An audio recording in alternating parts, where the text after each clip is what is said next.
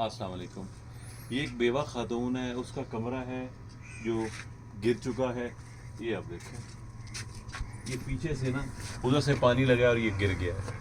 ये यहाँ के पहले भी मकामी ज़मींदारों ने बना के दिया था और इंशाअल्लाह इसको अपना ये दोबारा ना इसको कंस्ट्रक्ट करके देते हैं इसको खातून को। और यहाँ पे एक और भी साथ में है, ये है ये है, ये भी साथ में गिरा हुआ है।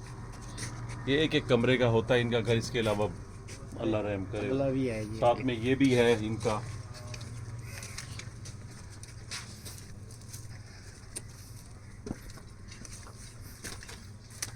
ये देखिए, जहाँ पे जाते हैं ना तबाही है, हर जगह कोई ना कोई चीज़ गिरी हुई है।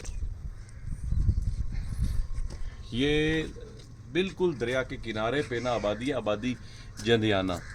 और ये दरिया से पहले जब फ्लड आया है उस वक्त यहाँ से 5 से 6 एकड़ दूर था पानी दरिया।